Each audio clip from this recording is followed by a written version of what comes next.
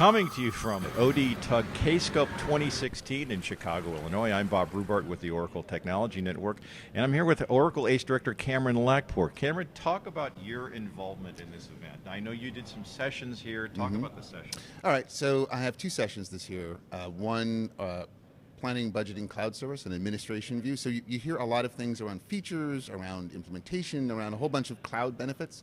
That's great, but people have to own that application, people have to administer it.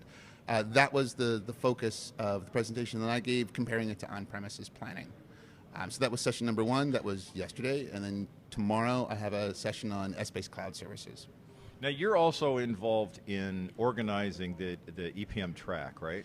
I was part of the content selection committee this year, so I was one of the ones that voted, reviewed abstracts and voted on them for approval or rejection. So talk about that process. When does it start? Well, I believe the call for sessions is open now.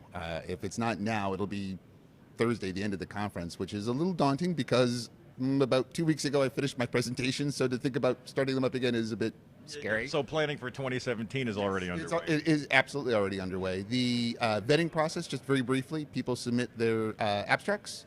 It goes into different committees. There's a huge conference committee and content selection management that breaks this all down.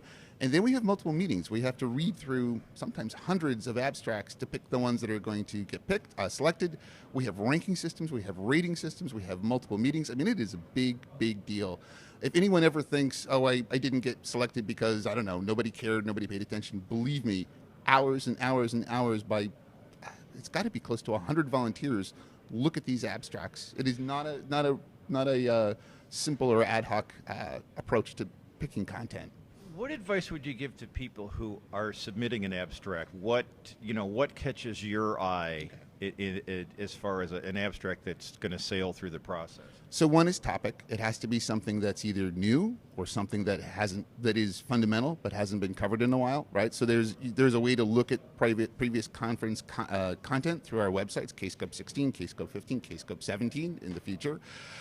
When someone is writing an abstract, you must put in a summary and an abstract. They need to not be the same.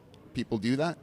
When you are actually getting to the body of your abstract, it is not enough to just say this will be cool. What I do is I write an outline. I say here's what we're going to do, and then literally break it down section by section. I use little underscores to show that there's a hierarchy there.